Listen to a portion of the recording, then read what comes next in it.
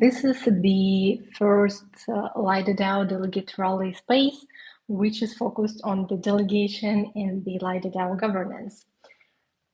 Today we will be talking about the Lido Vibe.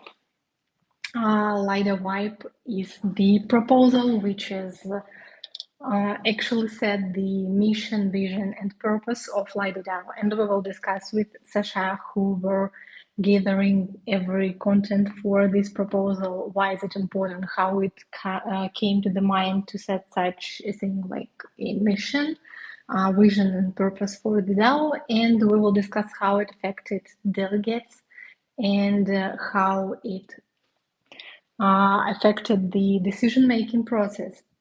Let me briefly share the agenda.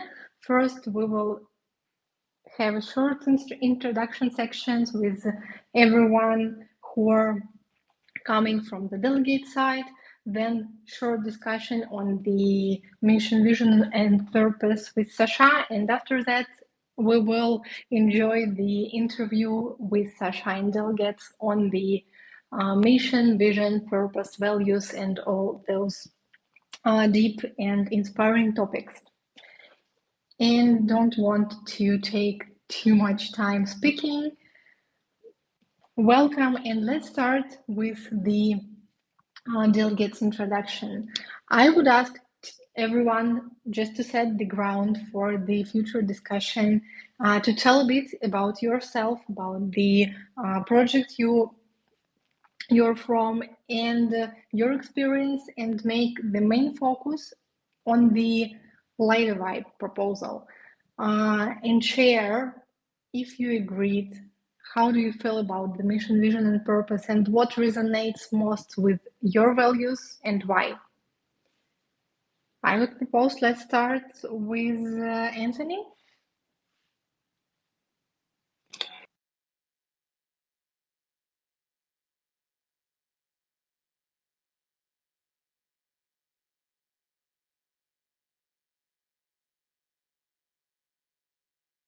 Thanks so much for having me, Jen, and everybody from Lido.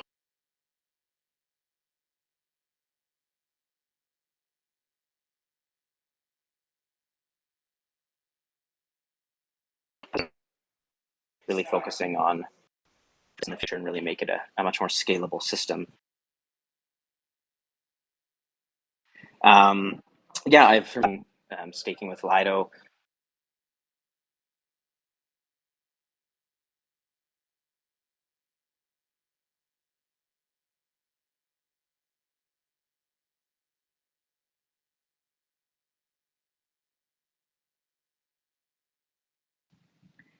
It sounds to me like the. And I'm also in sorry for interruption, but you're lagging. If you have a chance to change the Wi-Fi connection.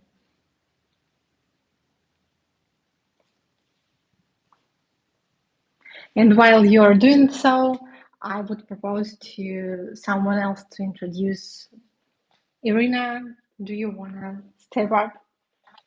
Yeah, sure. Happy to step up. And in case I will have as well some issues with connection, just drop me a note somewhere so I know that I'm speaking and nobody hearing me. So actually, yeah. My name is Irina. Currently, I'm Ethereum segment lead at Everstake. So actually, what's standing behind this title, because it's like not obvious.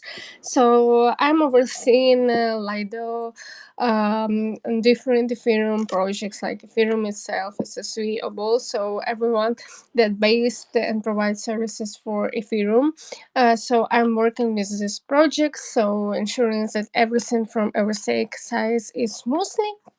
And besides this, I have been working with the Lido team, I suppose, for 3 years now. It's been a pure pledge.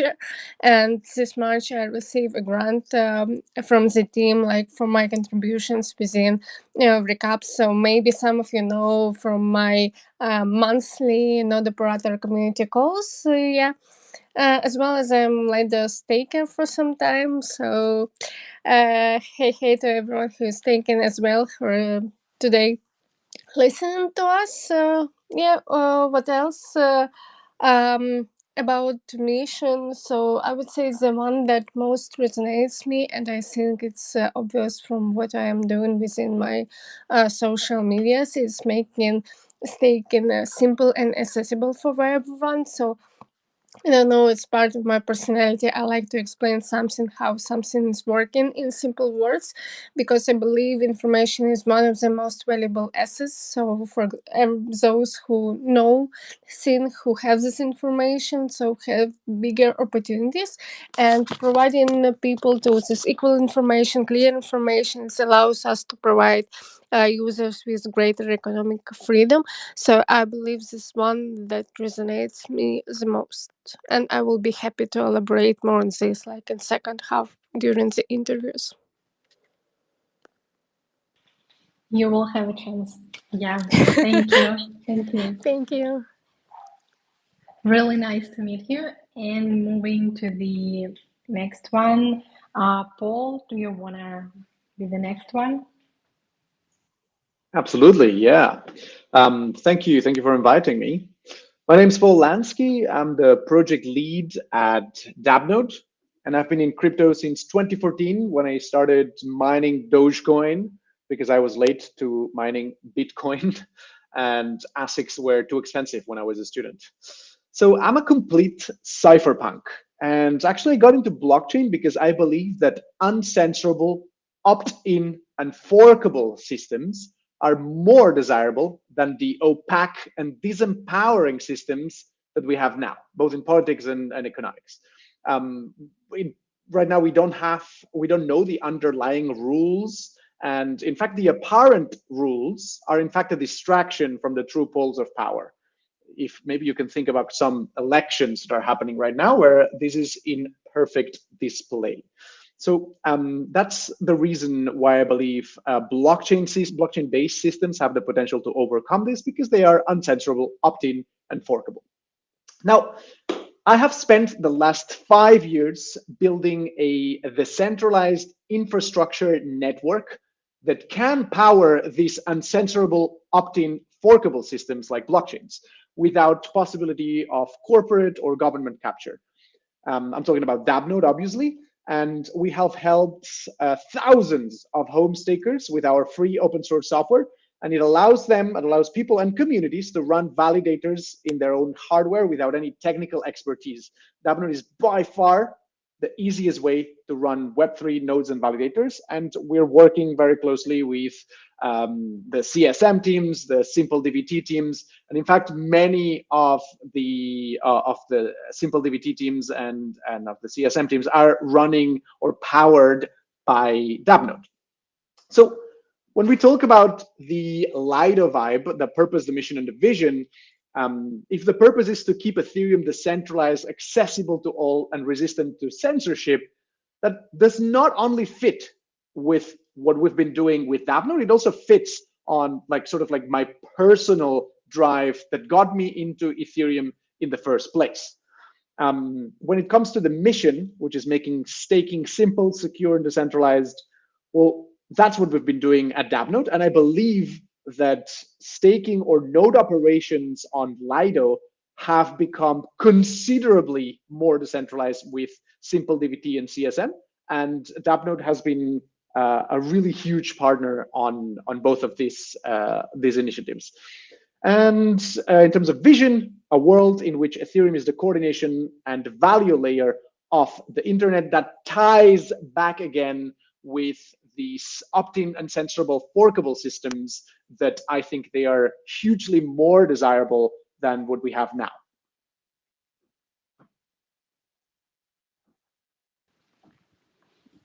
Thank you. Amazing pitch. Thank you. Really happy to have you in the Delegates rally. It's amazing. I see that Anthony reconnected. Let's try one more time.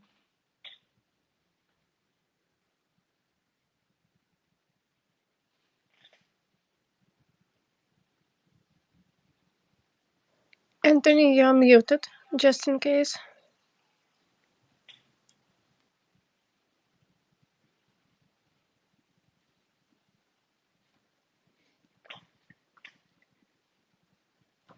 All right, let's proceed with the next one with the Takeshi. Hi, thank you, Jen. Hi, my name is Takeshi. I'm representing Tane, which is account that we're speaking of.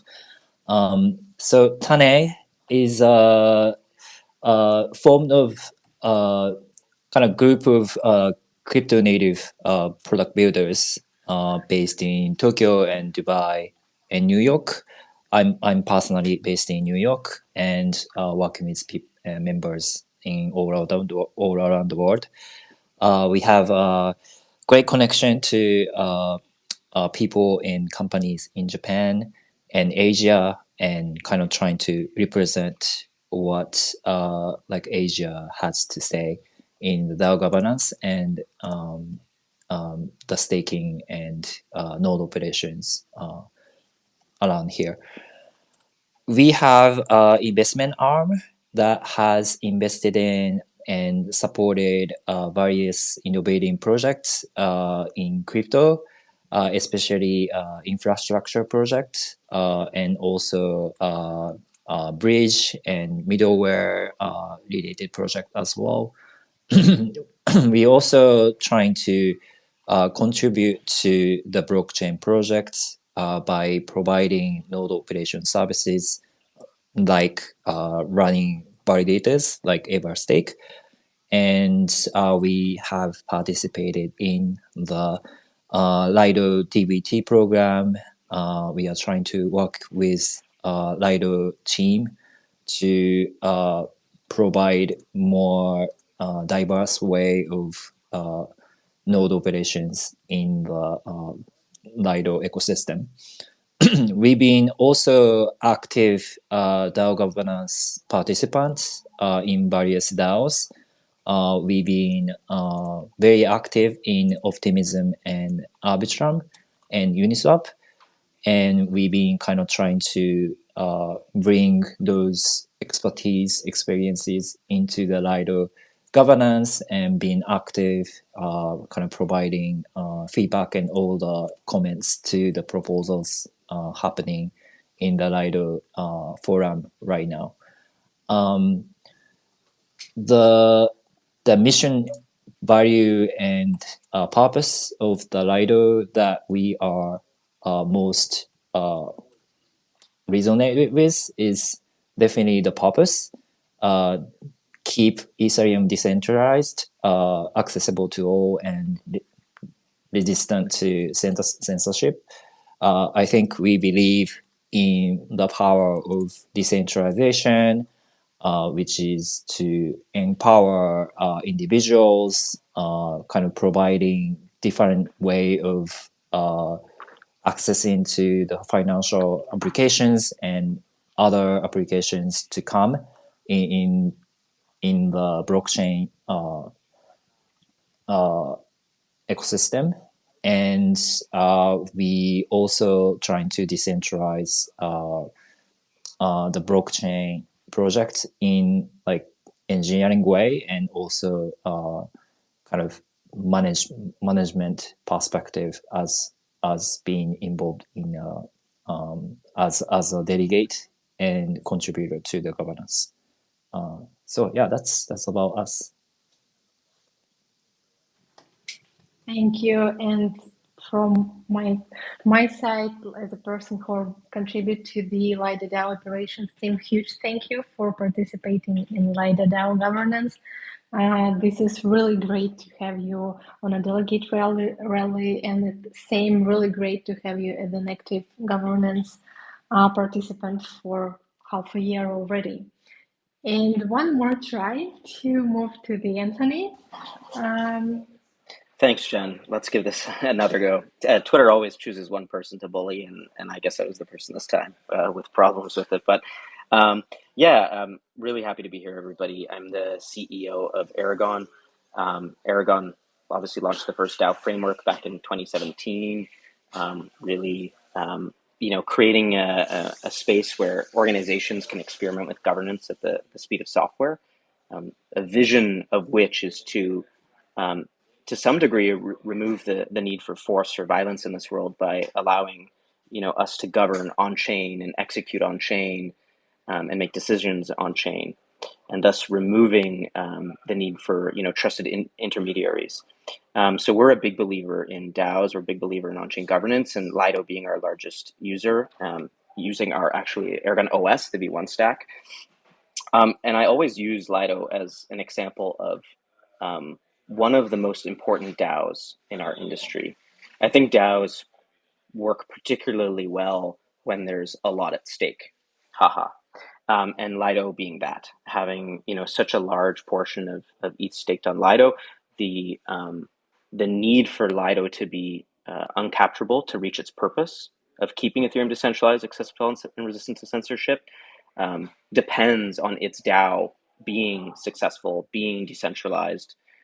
It's a really important aspect.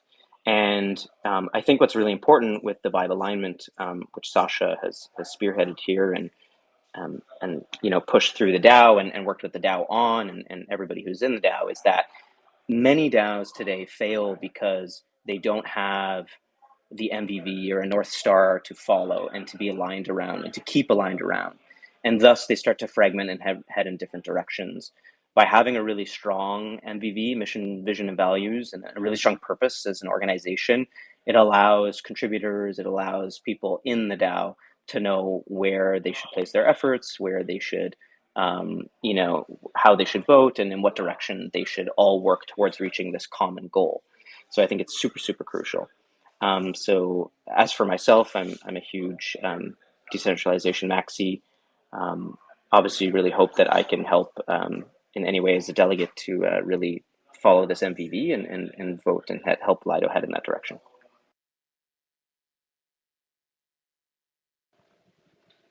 Thank you. Happy have normal Twitter. I don't know what was happening. Thank you for participating. I'm really glad that we have you here today and as a partners for so long. And the last but not least, today from the delegate side is Polar. Polar, the floor is yours. Hello, everyone. So my real name is Paul Dilnenis, but most of you would know me as Polar. I'm a lecturer in University College Dublin, the College of Business, where I teach undergraduate and postgraduate classes. I'm the author of Absolute Essentials of Ethereum, which came out earlier this year, co-organizer of ETH Dublin, where we had Sasha last year, but hopefully more of you will come from Lido next year as well. I write opinion pieces for CoinDesk from time to time, and I'm doing a project at the moment on the Ethereum social layer with the Ethereum Foundation. That's sort of my big project. This word resonance is quite nice. We have an academic article called Ethno-Resonance, if anyone wants to look that up. So when I saw that word, it's quite nice to see. My general position on blockchains or any real blockchain protocol is a culture first one. So if you want to understand what a blockchain community is really about, you have to begin from culture, and then you can make sense of the economic and financial downstream. So culture first is more or less my entire mindset. And so in reading this document, the thing that struck me was something that I often get from teaching, which is if you explain what a DAO is to students, you might go with something very general. So this is the definition from the book, which is a DAO is a community that self-organizes using blockchain technology. It's super general, super generic. And then what you really want is to push them a little bit further and say, well, if you really want to understand the DAO, you have to get a bit more specific. So you have to look at, and the term that I used to use, which I see is the term that's used here, is mission. So I would say, Gitcoin is a project whose mission is to fund public goods, Optimism, Arbitrum to maintain and keep alive a layer two. And in the case of Lido, probably the simple way of putting it when you're just getting somebody in would be to support like liquid staking in the Ethereum ecosystem. But once you can pull people along, you really get to the sort of language that we see in this document around the purpose, mission, and vision. So the part that I liked the most actually would be the governance arc. So the governance arc talks about governance happens primarily within the boundaries that the substance of a constitution gives shape to. So that's quoting. And then the substance is the animating purpose coupled with the mission, vision, values, guiding principles that make Lido what it is. You can think of it as a pre-formal social contract of sorts. So stop quote there. So this term social contract really stood out to me because if you go all the way back to Vlad Zamfir in 2016, he talks about the Ethereum social contract. So basically introducing this idea of the legitimacy of decisions ultimately come down to a social contract which is outside the boundaries of the blockchain. And then Hasu, who of course is a Lido person in and around Lido as well, he uses the term as well in relationship to Bitcoin, talking about the whole interesting thing about a blockchain is that it allows us to have a social contract, but the social contract can actually be enforced. So through the technical side of it, and that's another way that I've been trying to think about Lido here as well. So those are the main things that resonated, that I really get a sense of what we would today call a social layer in Lido. And from that discussion, so I see this the vibe, alignment, purpose, mission, and vision very much as a discussion that's ongoing throughout this discussion forum post. And it's a hard-won simplicity. So simplicity meaning that the purpose, mission, and vision have been boiled down to their essence, sort of like the minimal core of what Lido is really about. But it's hard won to make something as complicated as a contemporary DAO come across in such elegant, straightforward terms. So I think that's worth really praising this purpose, mission, and vision that I'm reading here, which blends the practical. So the mission is very practical, staking, simple, secure, decentralized. I'll leave that up to the rest of you, right? That's the technical side. But then the other two that would really be my strong attraction would be the purpose and the vision, which is the cultural side. One thing I also would mention that maybe this is something I can bring up in the future about the democratization. So I see in the rest of the document, there's a big emphasis on people talking about Lido as democratizing, accessible, as something, almost like protecting the little guy a little bit, really shines throughout the document. And maybe that's something that could be added into those, into the purpose, mission, and vision. So those are the parts that really stood out to me. And I look forward to the discussion. Thank you. That's really great to hear from the delegates that they already started to go so deep to the Lido mission and vision and already have some ideas and proposals to discuss for the future. And let's move to the Sasha. Sasha, welcome. Thank you for co-hosting this space with me today. And to just to the final part of setting the background, I would ask you to tell a bit more about the idea that DAO need a mission, vision, and purpose, where it come from, and how tough was to come up with the proposal in general. Okay, can you hear me okay, just to check before? Okay. Yeah. First of all, thank you for everyone for these wonderful introductions. I did not expect, thank you to Jen as well for driving this whole thing forward. I think she's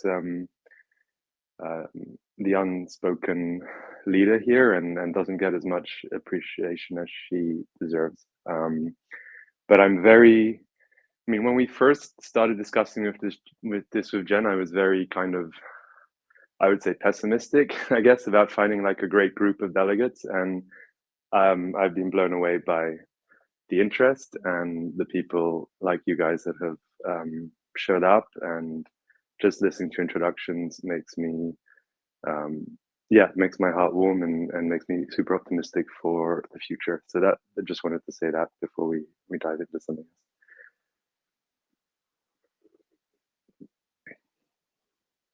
On the, sorry, what was the question exactly, Jen? Sorry, I'm just scattered because I'm looking after babies as well. My wife is shooting a film right now, so I'm today has been very scattered. That's totally all right. The question was, how did the idea of DAO needing a mission, vision, and purpose came about? So, well, the idea was not mine, right? So I started contributing to Lido about almost 2 years ago now. And I originally, like, the role I was in was governance focusing on governance.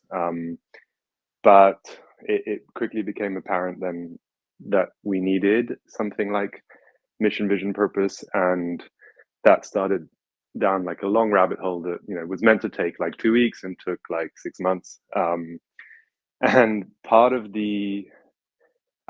my interpretation, of why I think it's needed is if you don't have some sort of like higher value system that's guiding you, then you basically default to maximizing profits, and that can be like fruitful in the short term, but in the long term, I think you end up kind of like eating yourself and killing yourself, and two, you end up recreating the existing financial system, right? Which we're all, I think everyone present here is like sort of intrinsically motivated to create something better. So it's something that is needed as a like building block, I think, before you can, so you can sift through like what your priorities are, what are the things you want to fund, what are the things you want to focus on, at a sort of deeper level than just maximizing profits. And it was something that I think all core contributors I spoke to and the founders in particular like felt was needed, but no one really knew. I mean, okay, so it's quite easy to come up, and I've had this experience in like startups in the past. It's quite easy to do mission, vision, purpose when you're just like, two founders and a group of like 5 contributors or whatnot. But when you have a DAO where you like Lido, which has, I think when I joined, it had 100 contributors, and it's been active for 2 years in crypto time, but in sort of like normal time, that's like 2 decades. It becomes much harder to sort of sift through what is the core underlying drivers, right? And the thing is, people have conflicting drivers too, right? Especially when you haven't started with this. So a lot of the work was trying to find a common, I would say, a common base between OG contributors, something that everyone felt was true, even though there were like extensions of that were conflicting. And so distilling what is the truth that everyone can agree on, what are the motivations that everyone can agree on. And then the second part was kind of getting the wider contributor base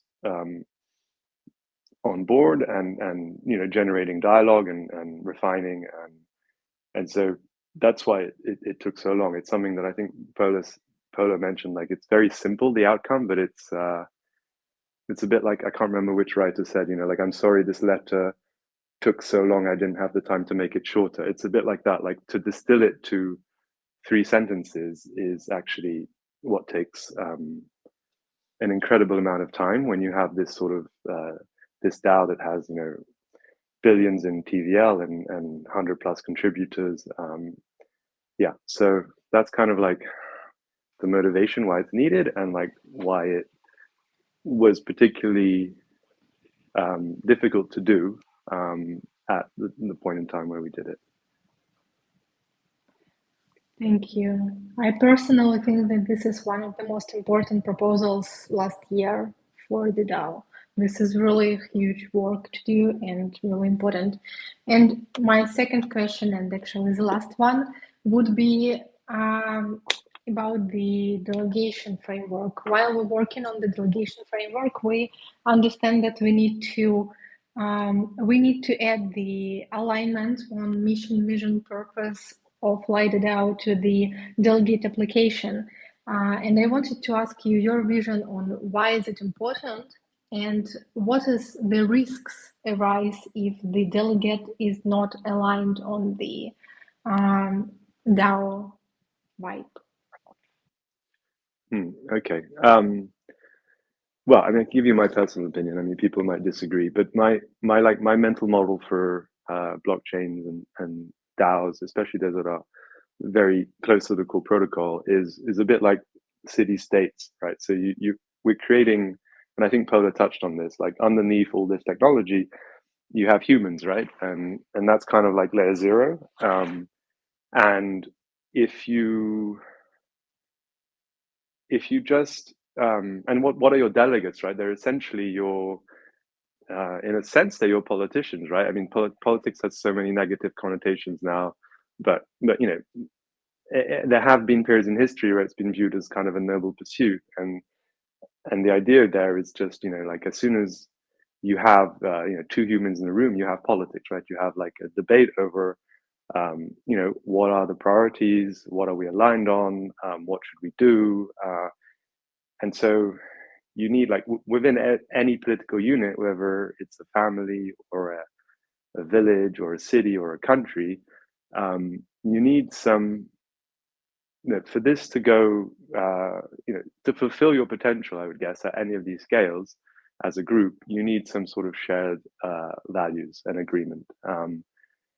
And so it's a bit like a family, it's a bit like a city state. You can use the metaphor you want, but you need to have this thing that binds you, and delegates are, you know, the most important in terms of being like on the front line and executing on those values. You need them to feel like citizens, right? To feel aligned. So if you don't have something that's concrete there, then you risk attracting the wrong people. I mean, even if you have something that's concrete, you risk attracting the wrong people, right? That was our, you know, what Jen and I spent some time debating back in the day. And but again, like seeing, you know, and I don't think like any DAO has really figured this out, right? Like, and maybe you could say like very few countries have figured it out, right? So it's like, it's a tool, it's a very, very tall endeavor, but you sort of have to start somewhere, and you can't start without this.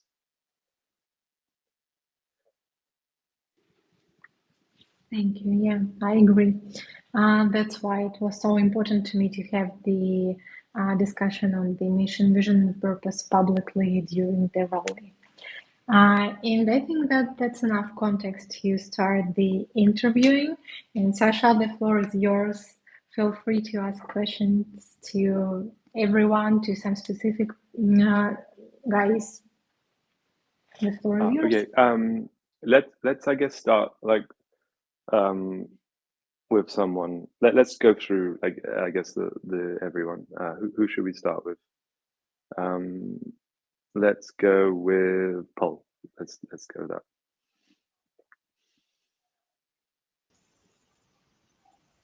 All right, let's go. Okay, nice. Yeah, so nice to see you, Paul. I mean, if for I guess no one here probably knows but Paul and I worked together on, I think it was item 3 with Jordi on. That's right. Back in the day, 2019. Back in the day. Yeah. So we go a long way back. Very good memories of that. Some heated debates on all sorts of things. But yeah, good to see you here. I guess first question, and I guess I'll ask this to everyone, is why Lido? Well, there's two main things that make Lido extremely aligned to how I feel we need to move in terms of an ecosystem. So the number one is the practicality of the actions that Lido have taken. So Lido has always tried to make it extremely simple for everybody to be able to use their product, to participate in staking. And I think they have done it in a way that goes beyond a liquid staking pool.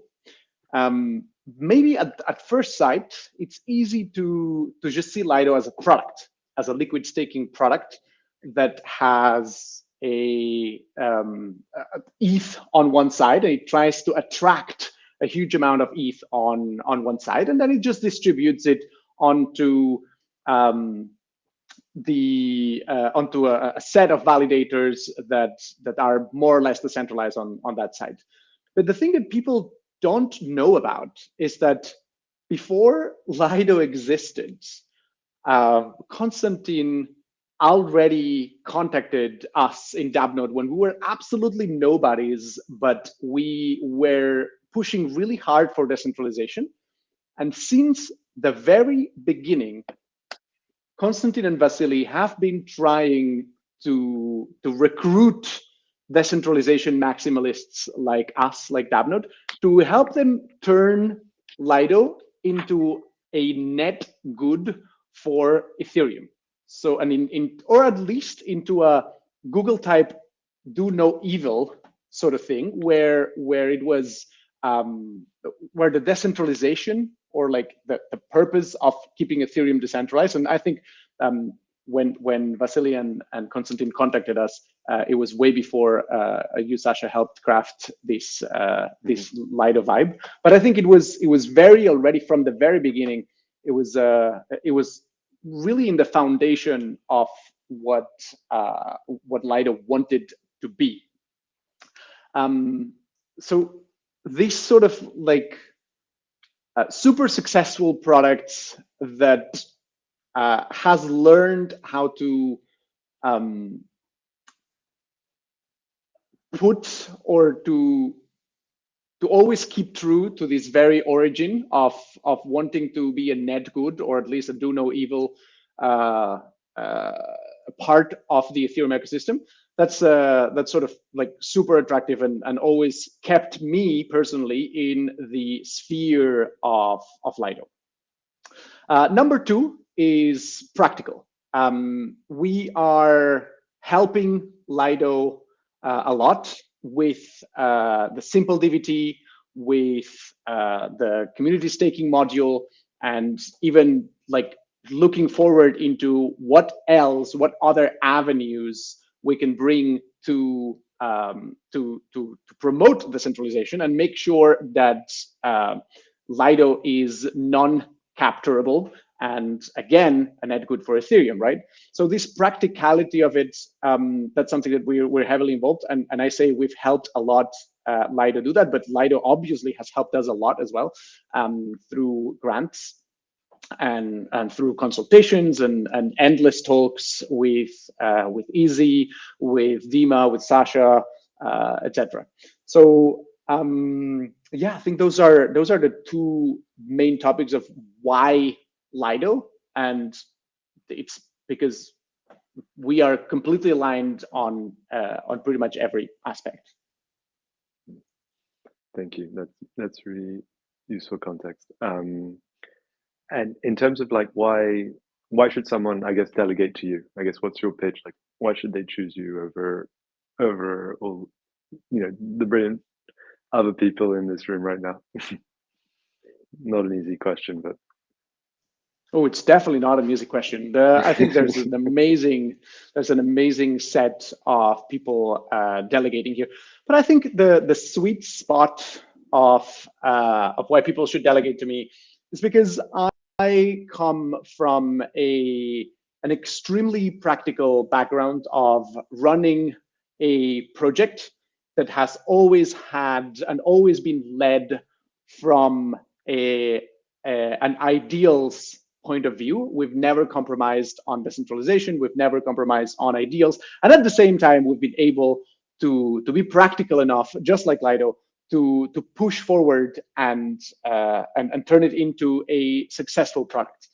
Not only this, but I take this, or I have this sweet spot between technical understanding. I am able to analyze the data that it takes to take the decisions, understand them in the business context that they mean for Lido, and also on the broader ecosystem context in which I am deeply involved through my personal interest for decentralized and blockchain systems, and also, of course, my work with DappNode. We work with many projects. We work with we work as a platform as well for all sorts of Web3 projects, and we're extremely embedded into the ecosystem. So basically, the sweet spot between ecosystem understanding, business acumen, and ability to understand what it means both technically and on the business aspect. Okay, great. Thank you. That's super clear. Jen, how long do I have with each candidate? Do we have a hard stop at 7, just to have full awareness here? We do not have hard stop, but I would say like 6, 8, 10 minutes is the maximum for keeping our listeners with us. Okay. I want to like also have some time for like open-ended discussion and questions. So I think I'll move on right now, and then we can come back if there's no open-ended discussion. Okay, let's go with Pola. Hello. Yeah. So what's the general question? What are my values in life? No, let's mix it up. I think you wrote in your research introduction on the research forum that you believe it is important. But let me find the code. Yeah, here we go. I believe it is important to be a delegate with few obligations elsewhere, and I think that was particularly in the Lido context. So I'd love for you to unpack that a bit. Why it's important. Why you think it's important. Yeah. So normally being an academic means that your skills are pretty much useless, like almost radically useless. You're just producing academic articles that nobody wants to read.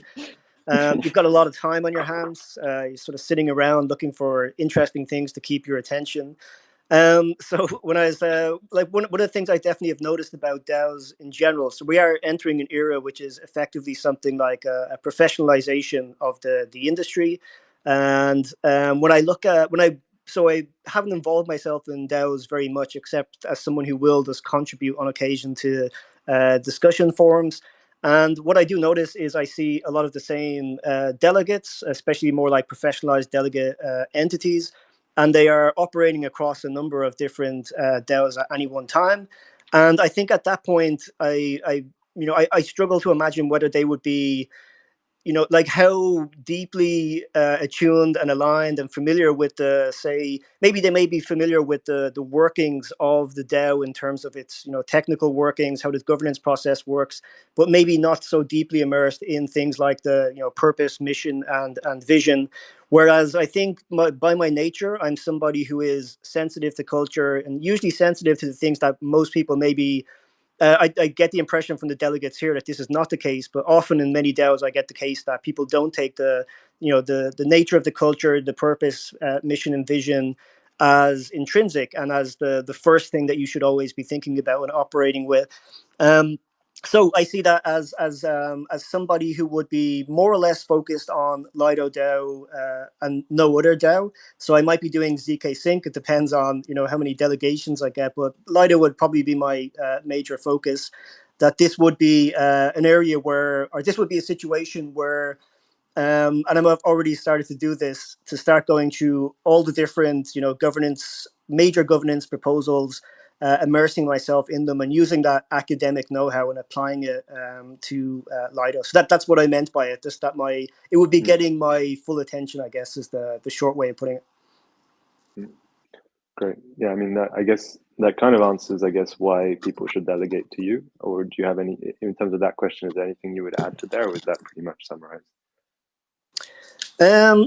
Yeah, so I think probably so to give a better, beyond that pitch, that's the practical pitch, I guess you could say. So I would say the main way that I think about Lido is that, someone mentioned earlier on, I think maybe Paul, that he's a cypherpunk, right? He's an OG cypherpunk.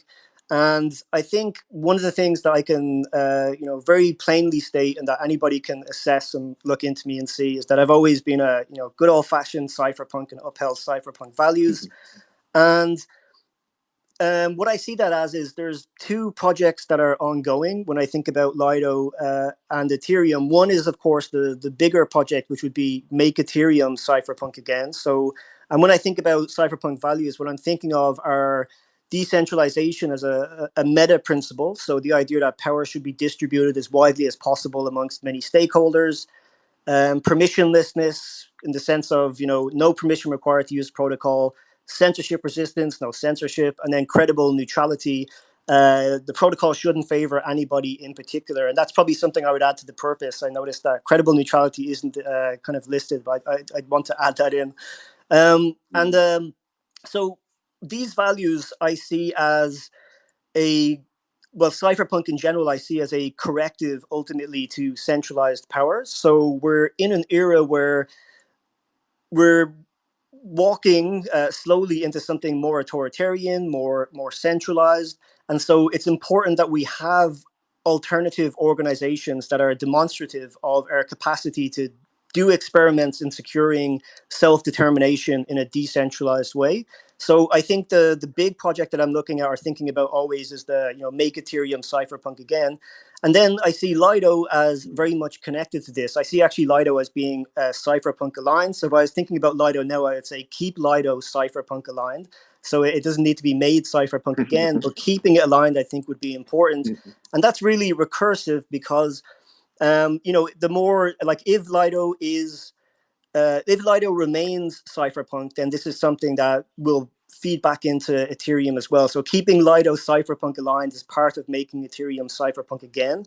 And the other thing I wanted to mention, I was just thinking about this earlier, which is a little bit of a framework for how I think about these things, which might be helpful in people assessing how I make decisions. So I tend to think of Ethereum and Lido essentially as polycentric systems, which just means there's multiple decision-making powers. They all have to take each other into account. So that's, there's many different polycentric systems out there. Ethereum is definitely one of them, and Lido is one of them as well. In Ethereum, that means the stakeholders are, core devs, stakers, node operators, the media, DApp builders, L2s, etc. And then in Lido would be the delegates, the end user, someone who's just staking, the people at Lido itself, etc. Right? So you have all these different stakeholders. But in a polycentric system, the situation that's different than most is that there isn't a central authority. So you've got an absence of a central authority. And in the absence of that, really, it's culture that lends legitimacy to decision making. It's the only thing you can use because you don't have a unilateral, centralized decision making power. So culture is important because it sets boundaries. It gives you the red lines. In the document, the vibe alignment, it focuses very much on the positive, which I love. But one of the things I think I would be doing is I would very much be thinking about it in terms of a framework of setting boundaries, setting red lines about so when a proposal emerges, assessing it in terms of whether it shifts power too much in the hands of one part of the system, which would violate credible neutrality. So that's the way that I would be thinking about it, sort of a combination of culture and then also to what extent red lines are being crossed. Most of the time this wouldn't be the case, but that's the kind of sensitivity that I would have when I'm thinking about Lido and Ethereum. Got it. Thank you. I mean, there's so many rabbit holes I want to go down, but I don't think I'm going to be able to. I have to do another space. I mean, two of them that immediately come to mind is like make Ethereum cypherpunk again. I'd love to like pick your brain at some point on why you think the again is there, or like why it lost its cypherpunkness, and whether like having a concrete purpose, mission, vision would have, meant that the slogan would be keep Ethereum cypherpunk rather than make it cypherpunk again. And the other thing is like credible neutrality. For me, that's always been, I've gone back and forth a lot on how I interpret that, and I'm not even, my definition of that term has shifted over time, and I'd love to like pick your brain. And that's kind of why it's not in there, honestly, because I think it's like very hard for people to agree on actually what that means. But having said that, I'd love for you to kind of fork it and say, here, I want to add this, and just write a forum post and explain your rationale. Maybe we can, if you do that, maybe we can do another space that focuses on that term. Just on that, I would say, right, thank you. Make credible neutrality make sense again might be the approach there. right. We'll have to do a Twitter space. I'll focus on that, I think. Okay, Anthony. Yeah, great points, Polar. I mean, I think Lido is an integral part of Ethereum being credibly neutral, and it plays that role as Sasha points out, or I think it was Vasily, but as sort of Lido being a protector of Ethereum, and this is discussed in the Vibe alignment proposal itself. And I think Ethereum is cypherpunk. I think crypto Twitter just might not be. And I think often we conflate what happens on crypto Twitter with what is actually happening on Ethereum. I think back to Aragon's Fight for Freedom video that often is sometimes a very grounding function for me. and why, even through many painful times at Aragon, I continue to fight for freedom, as we say. And if you haven't seen the video, Sasha, I know you've seen it. I think everybody should. And I think watch it once a month, I think. Yeah, it's so important, because I think what it instills in me, and what I think is important, and why Lido exists and why Lido is so important, is that we envision a world where humans can coordinate or make decisions as much as possible by the rule of code. And this, as I said, reduces the need for enforcement by trusted systems, which always is through the use of force at the end of the day. That's what the base layer as humans it comes down to. Whether that be through law, well, how do you ensure that the law is kept in many countries? It's through violence and it's through force. And so we have the ability here to actually change the world in a way where we can reduce the use of force or violence through codifying a lot of the coordination layer. And the requirement of that is that Ethereum itself is decentralized, credibly neutral, and cannot possibly be censored, right? And so Lido is on the ground ensuring that that is the case. And Aragon is there to ensure that Lido can use our tools to support Lido itself in making sure it does that for Ethereum. And so there's a lot of these layered tools, protocols, cultures, groups of people who are in this stack, ensuring that that can be and can exist forever. And so I think the Cyberpunk is still there. I certainly think it is. And I think we just have to continue to fight for what's right. And I think that's the main reason I've joined as a delegate at Lido, is to ensure that we continue to do that. And I think that the MVV that Sasha's put forward and the Lido DAO is agreeing upon does that, and I'm here to ensure that it will continue to do that. So I think this is the really, really important part, and I'm super optimistic about it. I'll try and keep it super short. Oh, that was great. Thank you for that. For the sake of time here, like why do you think why should people delegate to you? I think sort of like Paul, I'm quite pragmatic and have my hands in a lot of different areas in the industry. So a good amount of knowledge in both governance, on-chain governance, the tooling behind it. I think there's very few actually people in the space who can actually understand what are the requirements for building on-chain tooling that is incorruptible, censorship resistant. There's only a few of us in the industry, actual teams that are working on this full time, which sort of sucks. I wish there were more, because we need a lot more help in it. I mean, one of the most challenging aspects of our industry is governance. Everybody, they hear governance like, oh my God, governance. Yeah, it's tough. Humans have to make decisions, and nobody's figured it out. No country's figured it out, and we just keep working on it. So I think I bring that aspect. Obviously, I'm part of the DVT program on CSM. So I sort of have a good balance of understanding the full stack and can make really good decisions. So would love anybody's delegation, but there's also other great people that people can delegate to. No, thank you. That was great. Okay, do we have 5 minutes, Jen? Is that right? We can I go over get 10-15 minutes to finish the discussion, because it's really interesting to follow you guys. Let's target to finish out of Irina plus 15 minutes. Out of Irina and Tane, do any of you have a hard stop at 7? For me, no. So I can stay and respond for a couple of questions. So in case they need to go, so I can be the last one for this discussion. So no worries on my side. Okay, and Tane? Yeah, I don't have any hard stop, but yeah. Okay, so well, let's go with Tane first then, seeing as you're on the mic already. Cool. Why Lido? So I think I'm coming from more like a practical perspectives. We are running node operators for Lido as well as other blockchain projects. So we are kind of practical player in the field, kind of making contributions, like technical contributions to the protocol. But I think Lido is the most impactful protocol in the Ethereum ecosystem in terms of the size of the ETH that holds, and also the influence that Lido can make. So I think especially as a node operator, Lido is the most important protocol to contribute to and get involved in to actually make impact to the Ethereum ecosystem as a whole. So that's why we kind of getting into the Lido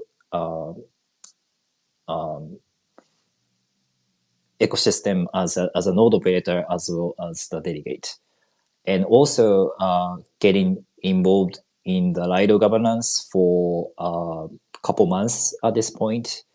And from our experience in the other DAOs, I think we see that Lido governance isn't decentralized yet. I believe Jen and other governance team members are well aware of the issues. I think it's there in the scorecard that needs improvement, and I think one of the solutions to this issue is the new delegate program system, and we are very happy to see this actually alive, and many delegates from different worlds kind of getting involved in the Lido governance. But I think with our experience in the other DAOs, we believe we can contribute to the governance as experienced in the governance from other prominent DAOs, and make significant contributions to the DAO governance.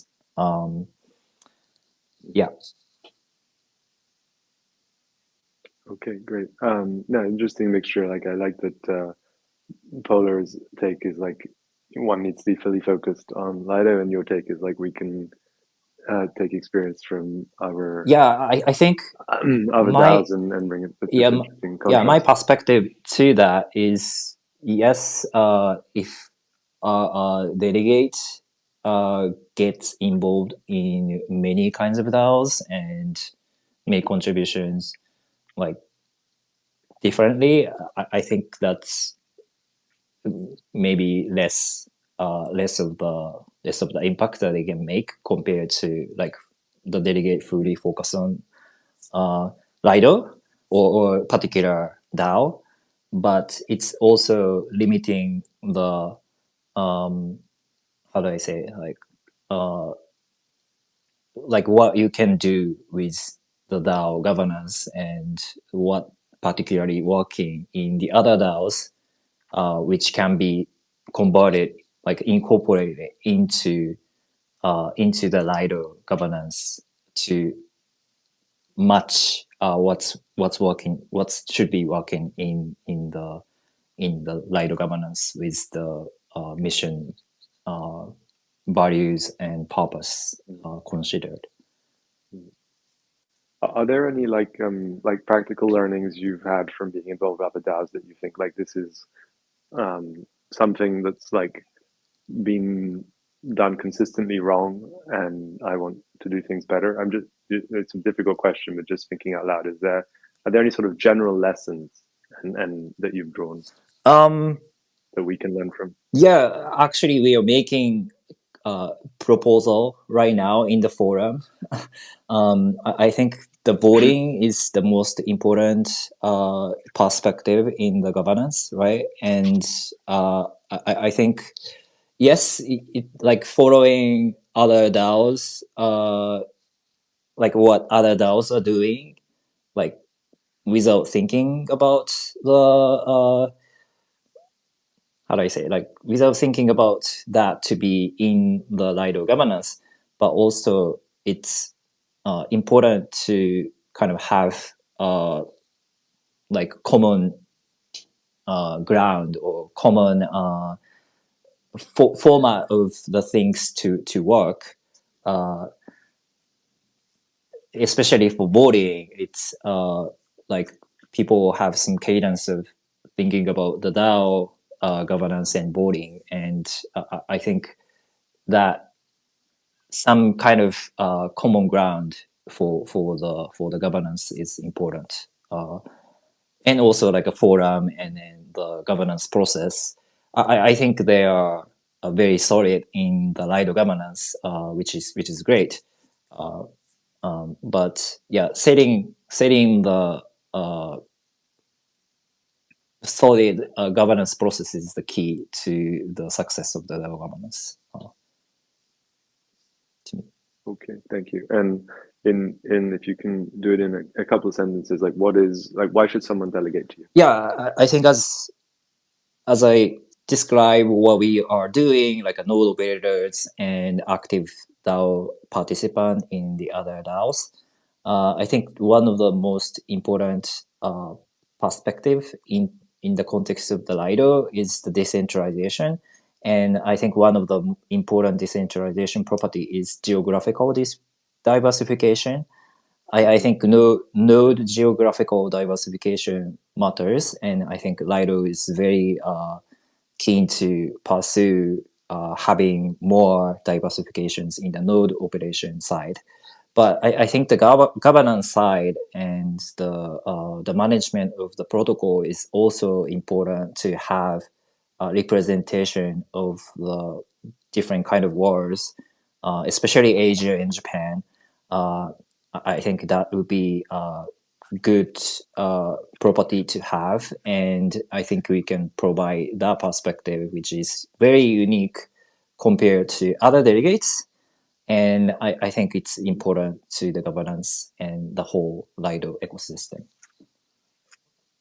Yeah, completely agree. Do you see? I mean, I think we're quite EU and US centric in terms of distribution, but I agree with you. Like one of the things that motivates me personally as a contributor is the fact that if you want to decentralized stake not only geographically, geopolitically, Yeah, right. You cannot actually rely on a pure delegated form of proof of stake, right? You need some sort of middleware that has actual, that has as a sort of a guiding objective the ability to the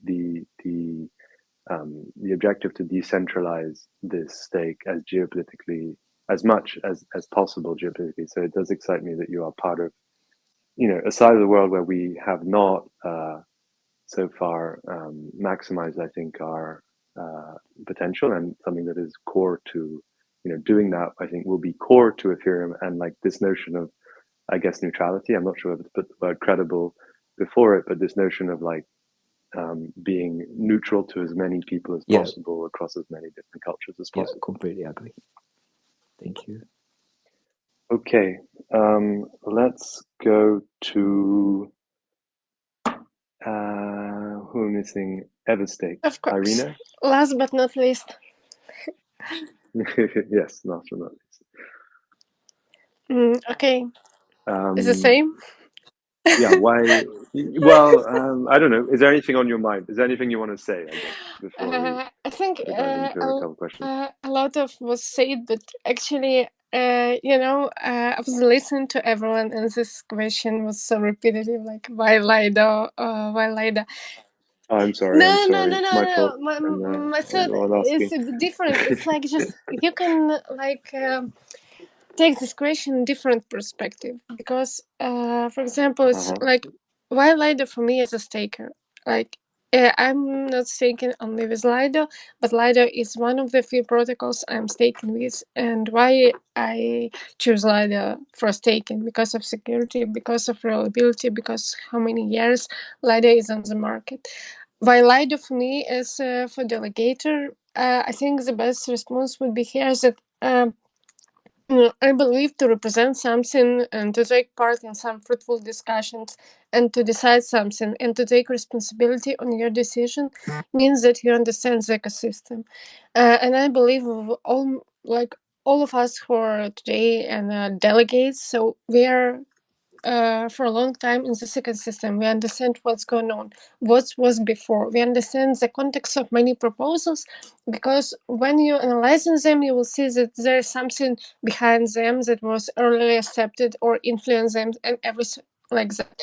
For example, Tane introduced like increasing of duration of on-chain voting, but like to implement this we need to make some steps more. So you need to understand very well this context to make really good solutions, not just okay, I'm voting for this because I think this is the best. No, it's like you need to understand everything to make a proper solution, because yeah, sometimes it can be a good one or not bad one, but in most cases it's about proper solutions, because like the response is pretty obvious if you know the context. And I don't know, really, I like the team because like to give a perspective for everyone and to be fully transparent with everyone, I'm from Everstake, and Everstake is a staking service provider, and we are node operator within Lido set. That means we are curated node operators, so we operate in like 8,000 keys, and like currently this key is being distributed across simple DVT participants. But that means that I'm still being part of their team, so that potentially may or may not influence my decision. But like, I just wanna everyone heard this, because I don't know why I didn't say this during my intro, but I believe this is something important to mention. Yeah, so I have been working with Lido team, I suppose, for 3 years, and I'm really fascinated with Lido contributors and all the amount of work they did do and will do, because it's something enormous, and how fast protocol is evolving, changing, like to reflect everything that's happening. For example, especially this year with Restake and how this involved, how fastly simple DBT was incorporated. Because I remember when last year I first heard about this, I think, my God, this is impossible so fast. But is this really impossible? Possible? Yeah, and it's pleasure to work with this team, because I've worked with different teams and it's a very high benchmark, and I believe that together we can be very strong, as so Lido DAO can be supported by delegates, and we make the process faster for implementing effective solutions for the protocol. I think that's all. Cool, thank you. How long have you been, just out of curiosity, how long have you been involved in Lido? So, like working, contributing Since in some way? 2022. It was my first project when I joined Everstake. Maybe some, special vibes. Right. Right. Yeah. And I've seen you really active on the Twitter front, and I really appreciate that. Thanks. Done a lot of good. Okay. I'm sorry. I'm gonna have to ask you a boring question. I asked everyone else, but just for the sake of completion, like, why should someone delegate to you? Is there anything? Is it all summarized by like what you said just now, or is there something you want to add? I just would say firstly that really delegation is in general a very good idea, because I pretty understand people that have LDO tokens, and I believe it's not the sole tokens, and they can be involved in numerous governance processes, and that can make their life easier, like to remove all the burden, all this fear, like, oh my God, I miss this governance. Okay, am I go to delegate or no? So firstly, like, I encourage everyone like to take a look in the program on like rules of the program. So delegating means that you can always write your word and consider your delegate, because if you don't have a lot of time, like to read proposals, to vote on time, and etc., it's really good option for you. And based on this, I would say that I'm doing all of this as part of my job. Because like I'm daily checking governance. Yes, I know that in general they appear on Thursday, but just in case, I'm checking this every day, like including easy track motions. So I'm treating this very professionally. And why to delegate to me? I don't know if you may see or not my delegate thread, but I have shared all of those on the call today, their delegate traits below in the comments. So I really believe in accountability and transferability. So I shared all my decisions and all my previous words, and you can see that I haven't missed no one since I received Lido grant, like for my recaps earlier in March, so you can be sure that your votes will always be counted. And you can always feel free to reach me, and I will respond to all your questions and explain why this or that decision was best for the protocol at that point of time. Okay, great. Thank you. That was a beautiful introduction and adds a lot of color to Thank you. you as a delegate. Okay, so I think we're way over time. Does anyone have to leave now? I guess feel free to leave. I do want to, I guess, open the floor for questions, and also if we have time, touch on. I'd love to get Paula's thoughts if you have time on credible neutrality and Ethereum as a cypherpunk. Cypherpunk as a core value that's needed going forward.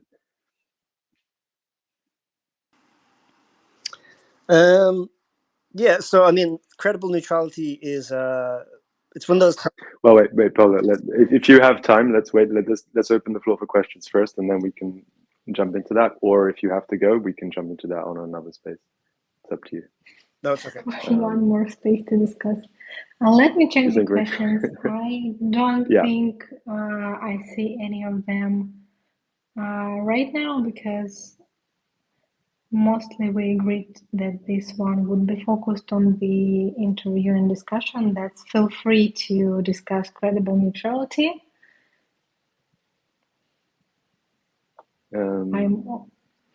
Or we can really make it can spicy. We can invite DappNode up, I guess, and make it super spicy. Let's do this. He has been listening alone for us. Line, do you want to come up, voice your thoughts on this? It will be a special guest of this space. Secret guest.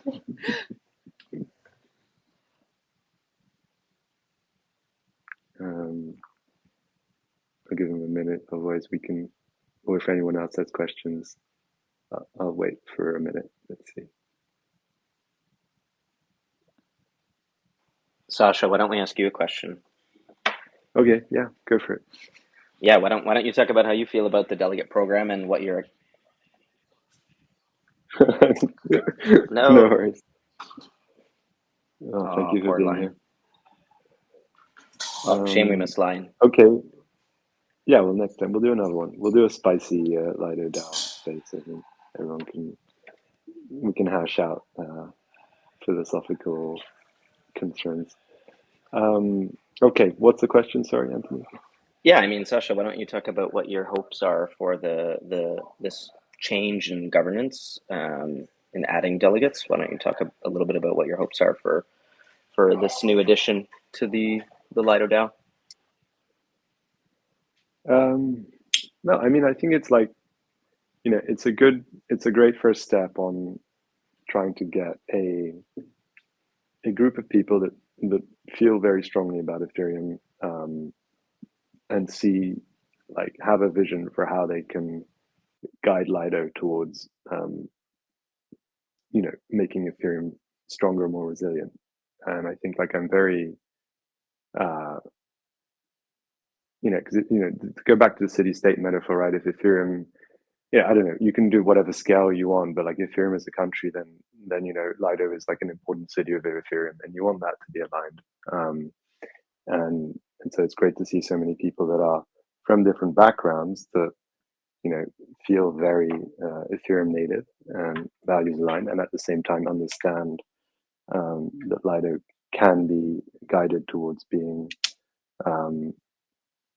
a significant net positive. So that for me, the start right now, what we have is I couldn't, as I said before, I couldn't have imagined a better start, and I was honestly pretty pessimistic about attracting the right people. So thank you, Jenya, for doing all the hard legwork here and finding great people and organizing this. And so yeah, right now feeling super optimistic. Now the question is, okay, for me, it's what are the next steps? How do we guide this forward? How do we have a very tight feedback loop between what delegates actually propose and end up doing, and what voters see. And I think a lot of that is UX. I think Nouns DAO is probably and they've made a lot of mistakes in in governance, but like one thing they've done really well, and I think thanks to Agora, is have this like, you know, very tight feedback loop between when you're delegating, you can see very clearly, very simply, without, you know, with just one click, like what delegates have voted for in the past, and what their rationale is, and I think that's going to be absolutely crucial. And then the other, you know, the other side is, okay, as we continue expanding, if this really gains momentum, and you know, this is a permission system, so you're going to have more and more delegates over time. Like, how do you keep that core? That's, for me, that's intrinsically tied, sorry, to the UX problem, but it's also like deeper than that, right? How do you, you know, mission, vision, purpose is good, but it's really quite meaningless if it isn't like reinforced daily, weekly, monthly in different contexts, right? It has to be something that, you know, just like when you really feel part of a community, these sort of values are reinforced most constantly until they become second nature. And I don't think we're quite there yet, but I think we have the perfect foundation for that. So like, yeah, just like a lot of questions in my mind on how do we cement this foundation and make sure that this continues going forward over the next 5 years, 10 years, so on. Yeah, I think you guys are all a part of that conversation, right? That's not necessarily for any one person to answer. I think you guys, as the initial delegates, it's kind of like a founding role within that way of thinking about Ethereum and Lido and the world.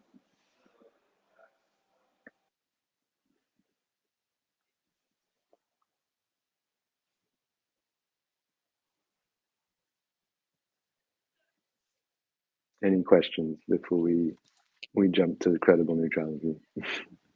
Let's jump to the credible neutrality. Just make those space even more deep. Really.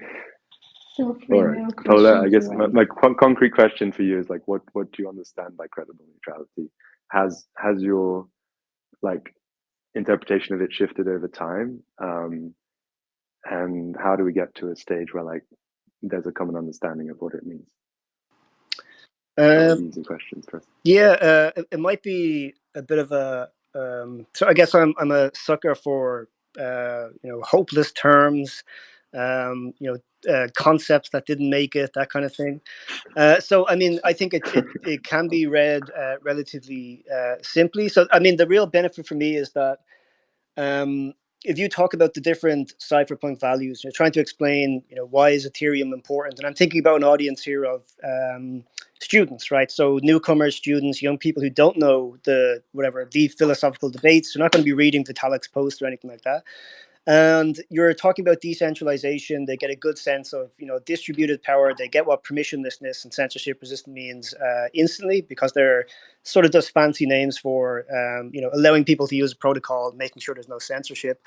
But the credible neutrality, how I tend to bring it up to them is just that credible neutrality means the protocol design shouldn't favor anybody in particular. And just to see it as in the same way that decentralization is something that never really exists. So if we think about the polycentric reading of Ethereum again, in a polycentric system where you have multiple decision-making powers and they're all supposed to be you know, autonomous and they have some influence, in the ideal situation, the power is distributed across all the stakeholders in a relatively even way. But we know in reality, you begin looking into Ethereum or you begin looking into, say, Bitcoin, that of course certain groups have more influence. So obviously, core devs have more influence over the roadmap, the protocol design on Ethereum than, say, somebody who's using liquid staking on Lido, for example.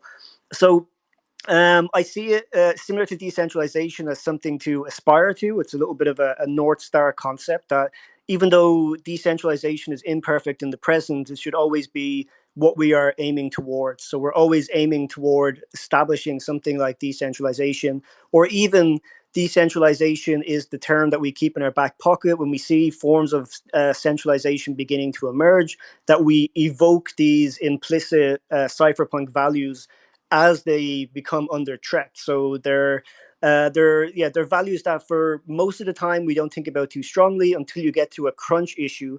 So it's almost like a cultural infrastructure. You only notice the importance of decentralization when it breaks down. So you only notice when, let's say, let's take Lido as an example, right? People always freak out about the 33%.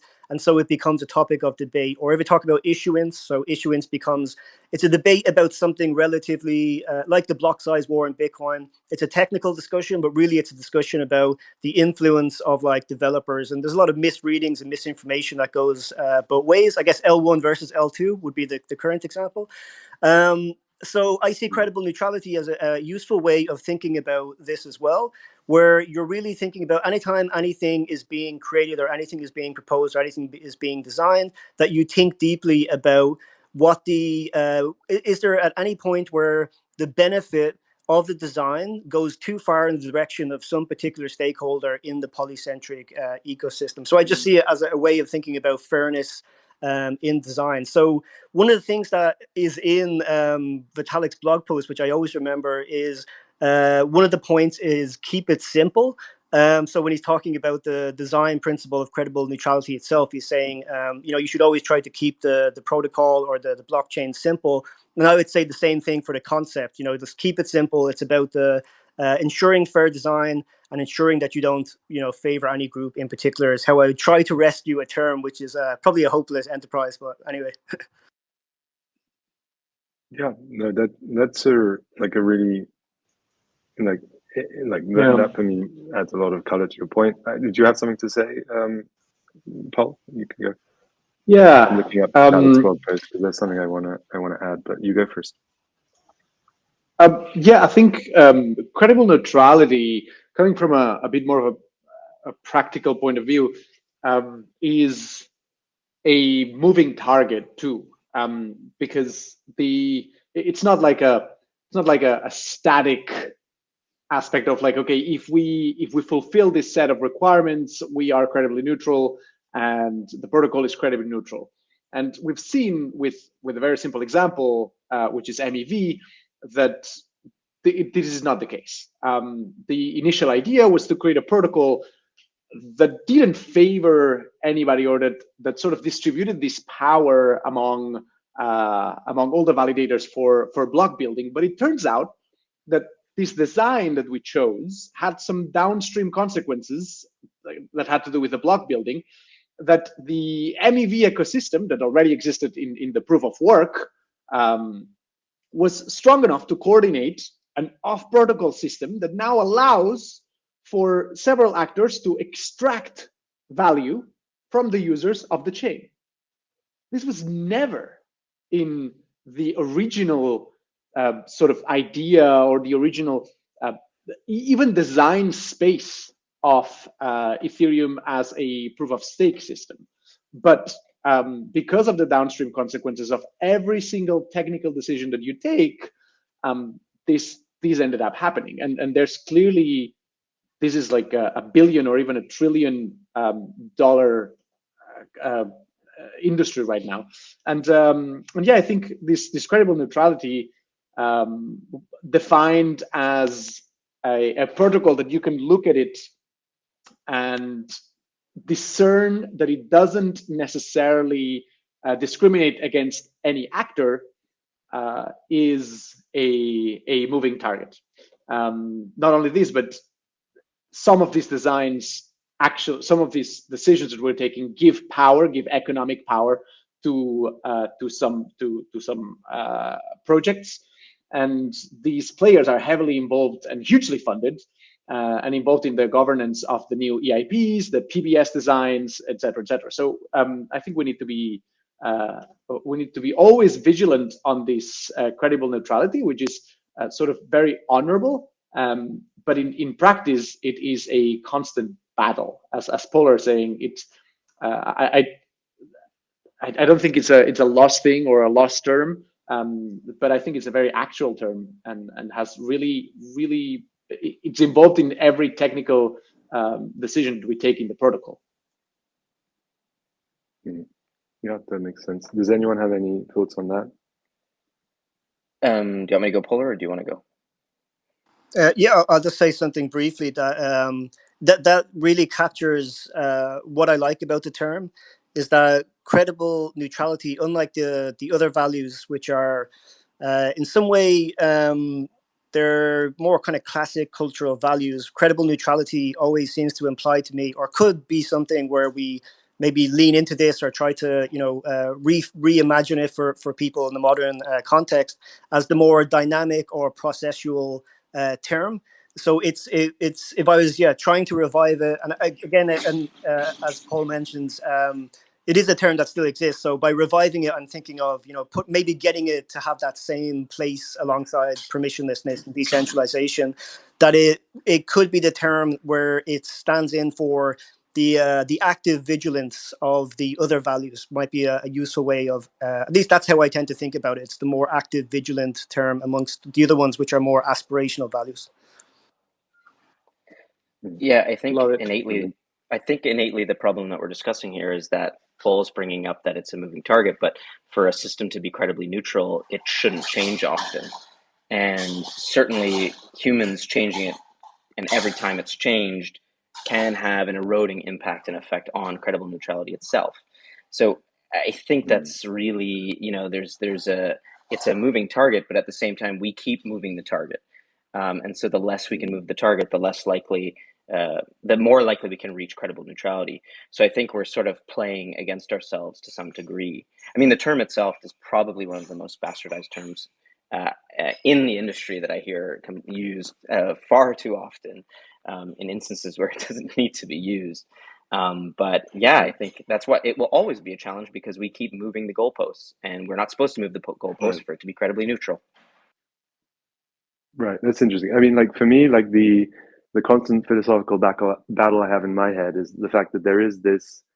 Okay, so you have neutrality, right? Neutrality is pretty much like a technical term, although it's very hard to define in human systems. You have this credible before it, right? Credible, like it begs the question, credible to whom, right? And I think that's when the human element comes in. And Vitalik, to his credit, he does touch on this right in his post. He goes, and to quote, that is, it's not enough. Note that it is not just neutrality that is required here, it is credible neutrality. That is, it is not just enough for a mechanism to not be designed to favor specific people or outcomes over others. It's also crucially important for a mechanism to be able to convince a large and diverse group of people that the mechanism at least makes the basic effort to be fair, right? So because there's this mimetic loop, right? There's this mimetic input that comes from the fact that these, the layer zero is humans. There is a sense in which like there is this tension, okay, and I think Anthony's point is a good one, right? Where you want these systems to be kind of consistent and fixed, but if people stop believing in these systems, perhaps because they are not changing in a way that people want them to change, then they because new truths have come to light, then there's a notion in which they can also be viewed as less credibly neutral, right? So and I think this is something Ethereum is wrestling with, like how much to ossify, how much to adapt. There's no like perfect answer or question and answer to this question, and a lot of it comes down to the fact that these are our belief systems as humans change over time, right? So if you do want to like optimize for credible neutrality, whatever that means, it's not enough to also say just ossify the thing, I think, because that would be true in a system where human beliefs didn't change over time, right? But it's not true because we're humans and our values, change over time. So like this is something I wrestle with, which is why I didn't put it in. To touch on another topic that's kind of like close to mind, right? Is okay, focusing on this credible part, credible to whom, like there is, and this come actually a long conversation I had with Chris Goes a couple of years ago, which has sort of stayed in my head almost like every week, right? It's like he made this dichotomy between groups which wish to make their internal mechanisms credibly neutral to the world versus like groups that wish to make their internal mechanisms credible to themselves, right? And this for me was like one of those brain explosions. Like it sort of kind of clicked my uncomfortable, what I felt was uncomfortable inside me with this term is that if you do, I think most people within the Ethereum community use it in terms of like wishing to make their internal mechanisms credibly neutral to the world. but that means you kind of have to adhere to outside world notions of credible neutrality, right? And so there's a sense in which you like eventually lead to assimilating whatever the outside world notions of credible neutrality are, and Ethereum as like a very US centric, Western centric project ends up like, I think it's not a surprise that you end up having a system where like you have things like USD becoming the dominant currency apart from ETH, and you have these kind of downstream consequences where you have OFAC being the main, so like, to tie this back to kind of the technical like guiding North Star, where I think Lido can really help Ethereum become more credibly neutral, to use those terms, I guess, is the fact it really comes down to geopolitical decentralization for me. If you're able to kind of geopolitically decentralize the operator set or the people running nodes, not only validating, right, but encourage people to run nodes, and this is where kind of DVT is also super inspiring, like around the world, and what Obel is doing, for example, in Africa, then you do get this notion where the people you are trying to be credibly neutral towards are more culturally diverse, maximally culturally diverse. And then you really have this notion of something that, maybe if you are able to be culturally credible, sort of a North Star is sort of being culturally accepted as neutral by as many different cultures around the world, right? And that might be that like there are some things that happen that like I feel is unfair because my cultural biases are different from someone in China or Russia or so on. But on the whole, there is this sense that everyone wants to use this system because they feel it fairly represents their own values. Sorry, that's like a really long rant, but it's just sort of like to link between this cultural phenomenon that's very like hard to grasp and the fact that there are like concrete technical things we can do that I think something like Lido is really well positioned to help drive forward. Sorry, that was a long one. Does anyone have any? Oh yes, lots of hands there. Okay, Lion, I think you're waiting for a flight, so maybe you go first, and then Polo can go.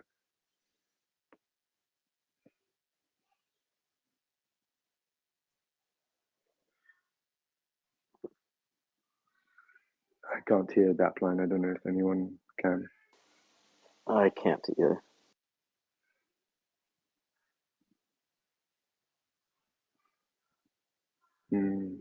Okay, let's go with Polo. You go first, and then if Lion manages to talk, we can rearrange things. No, I don't really have anything to add. I guess maybe I was going to say you could drop the credible. It's cleaner. So we just have neutrality. But yeah, I don't have any kind of interesting points on it beyond that. But it is something I'm going to look into. It's probably one of those things I have to write an article about at some point. Yeah, absolutely. Lion, are you back on, or is your hand raised from before? Otherwise, we can jump into making Ethereum cypherpunk. Like, why did Ethereum lose its cypherpunk nature, in your opinion, Polar? And like, how do we get it back? Yeah. So I don't want to. I guess it's one of those interesting things where you spend a lot of time. So I spend a lot of time with people who are, I guess, not Ethereans, so like whether it's in teaching. Also, I'm in a business school where everybody hates crypto with a passion, I'm basically the black sheep of the department. It's like the worst thing you could be is a crypto person. There's nothing worse. It's like that dating profile thing where they said, being into crypto is like one of the things that women hate the most. It's a similar situation. And when I'm in that world, right. And like when you're teaching Ethereum, so when I'm actually teaching it, I start off with cypherpunk values, and I start talking like an Etherean. And then over time, through the exposure to the questions, the sort of contradictions begin to pile up. So, when I start introducing things like OFAC, for example, they really get stuck on it. They get stuck on the fascination of the idea that there is compliance at all. So how could you be a group of cypherpunks when you allow something like OFAC to happen? And the nuance is lost about the attempts to push back against it. And I guess that's how I sort of see credible neutrality in action would be The counter to OFAC compliance is a good example of reasserting censorship resistance in the face of an attack on censorship resistance. And then other things when you really get into sort of the nitty gritty of front ends, of how the prevalence of exchanges, the centralized stable coins. When you start stacking up a lot of our behaviors, even little things like, let's say, like where NFTs are really stored, all of those kinds of things. Snapshot is another one that I think Anthony would probably like me to mention. That that Snapshot is a kind of halfway house. So there are these there are major points of, say, centralization, for example, and censorship. Maybe not so much censorship resistance, but permissions, access to DeFi, things like that. Blacklisting, they do exist. So we don't have a perfect cypherpunk scenario. We have something like it's possible to be a cypherpunk if you are skilled enough. So if you're smart enough, you've been around a long enough time, if you've got the technical chops, then maybe you could live as a privacy. Actually, privacy would be a perfect example of it. The very fact that privacy is something that's extremely difficult to accomplish in crypto, which is supposedly a cypherpunk community, where if you were explaining the first thing associated with cypherpunk, you would say privacy. So so I see that there are a lot of there are a lot of parts of Ethereum which point to it not being completely cypherpunk. So I don't want to say it isn't cypherpunk. It's just not as cypherpunk as it ought to be, or as most Ethereans who really believe in it would also want it to look like. Right. If you had to list like one or three, I guess, things that like the sort of highest leverage things we can do as as the Ethereum community to make Ethereum cypherpunk again, like what would it be? So number one, I think, would have to be some re-emphasis on privacy. So we've reached a point where the normalization of like a hyper public identity. So not just your identity can be found relatively easy if you're using an exchange, but people actually, publicly associating themselves through ENS names and then, doing their activity on crypto Twitter. These kinds of behaviors have become extremely normalized, such that we're essentially operating for, most new people who've come into Ethereum are essentially operating on the premise of an open public financial ecosystem, and that seems to be a little bit of a knowledge gap. Maybe there's, at the beginning, people are unaware of this, then they just become used to it, so they become familiarized with it. So the first thing I would say about this is probably not something that can be solved by education. You can't educate people toward privacy. It must be something that probably, or it should be something at least at the wallet stage and possibly at the protocol stage would be the ideal situation. This is one of those things where zero knowledge proofs are carrying a lot of weight. So we tend to do, one of the interesting things about the roadmap is a document which promises solutions on a 7 to 10 year timeline. At some point, things will ossify and things will be solved. And in one way, that's a good thing. You get a sense of at some point Ethereum will be perfected in some kind of way, and then we will only be maintaining it or something, right? That's like the dream image that's presented by that roadmap. But one of the other, the flip side of that, I think, is that the roadmap maybe acts as a little bit of a way to defer things into the future. So a lot of the emphasis in core development, I guess the second thing I would like to see is the emphasis in core development is very much on infrastructure and scaling, whereas I would like to see more focus maybe on the app side of it, and the wallet side of it. So core development, including that more directly in the roadmap and more immediately, with an emphasis on privacy and with an emphasis on tackling those parts of the system which are permissioned or centralized. They should be, front and center. They should be like the immediate roadmap should be those points of contradiction.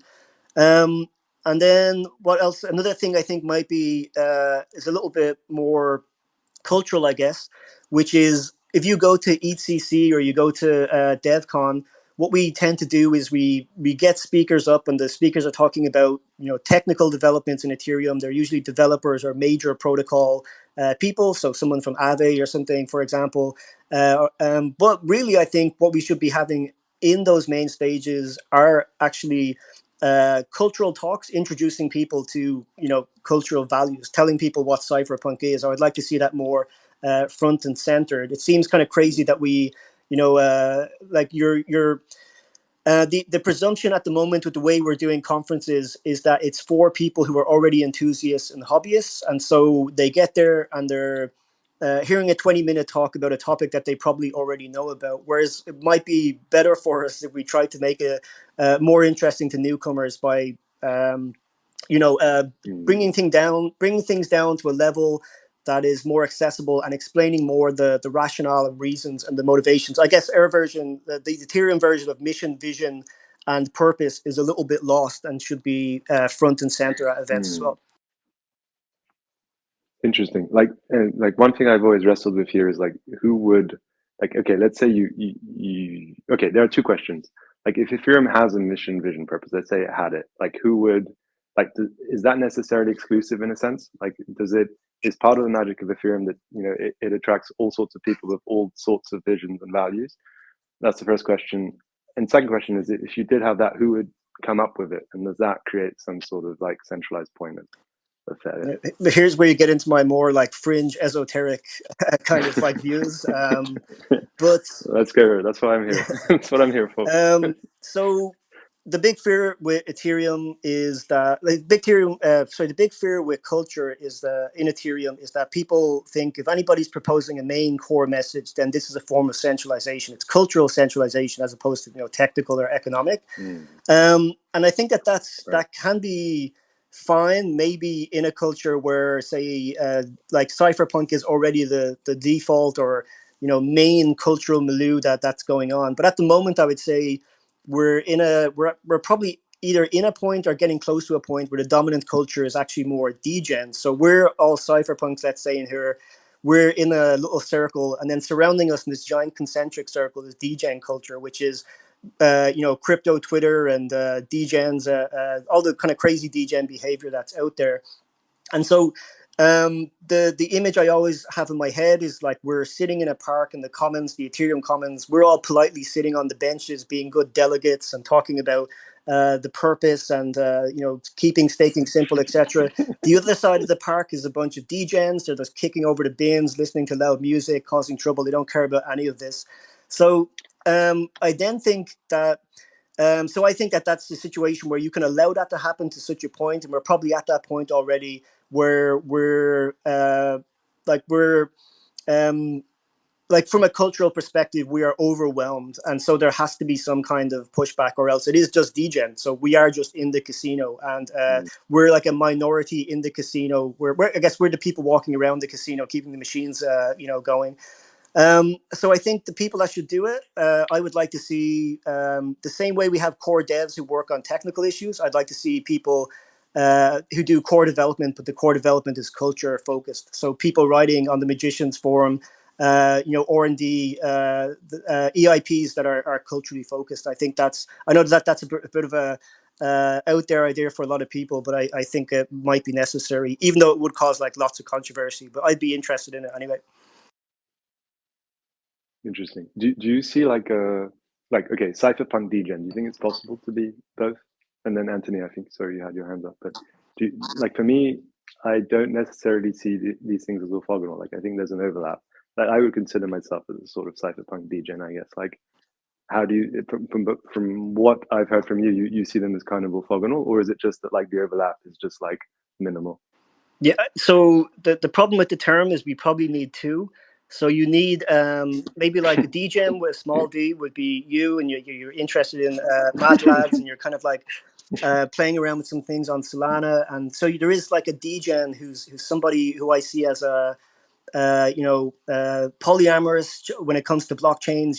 They're jumping across chains. They're interested in everything, and they like to speculate a little bit, but it's not they also have something else which they're interested in. So they also have, say, cypherpunk. And I would say like a big D degen is somebody who is who effectively will introduce other people to Ethereum by saying it is simply about pure speculation and nothing else. That's all they see. They're not interested in cypherpunk. They're like financial nihilists, and they're, I would say, just like bad representatives of, say, Ethereum going forward. So if we're like, when people talk about onboarding, like the onboarding at the moment is most likely going on like degen. There's no degen to regen funnel. It's just like degen to degen. I don't think that's healthy. So yeah, we need maybe more categories of the degens. Right, that makes sense. I mean, I also think like it's also aligned with like you see Vitalik being much more active this year, I think, than last year, and I think you kind of have the sensation that you need to push back culturally to kind of get some more even middle ground. Anthony, or does anyone else have any questions? And then we should probably close this space because we're like almost an hour over time. Sorry, too many interesting people here. I mean, I think what Polar's discussing is I mean, Polar, I do think actively that the cypherpunk space is making a bit of a, I wouldn't say it's winning, but like the entire DeFi or degen group are complaining that Ethereum and the Ethereum Foundation are not supportive of what they're building, and Vitalik's being pretty vocal about what he thinks should be built, and they complain that there aren't enough speeches at conferences that are DeFi related, and so I think it's a struggle. It's a tug of war, and it doesn't actually, maybe it's not a tug of war, a tug of love. I don't know, but I think that naturally we have to push for what our values believe in, and we need to support what we love and what we like, and everything's a pendulum, right? Like eventually the casino is going to wreck itself, and I think it already is showcasing that. Oh my God, look at this last sort of cycle with these point systems. I mean, a complete flop. Let's be completely frank. And I think that that's showcasing itself. And soon privacy, which has been completely ignored and underfunded, is, I'm hoping, going to really come back strong and become an integral part of the ecosystem, because without it, it's like very clear what the repercussions are. So it's up to us, to people like us, to keep pushing those values forward. So you bring up a good point, though. Like I do feel you. Trust me. I just want to argue with you for fun. No, I mean, I think that's a great way to end, I think, unless, Polo, you have any comments? No. I think a good time to end. Okay. Thank you, everyone. Oh, Jen, do you have any final words, I guess? Thank you, everyone, for coming. Thank you for this incredible discussion. And I just want to remind that the rally is happening in Lido DAO. Thank you for being the delegate and contributors. And I think we can finish here.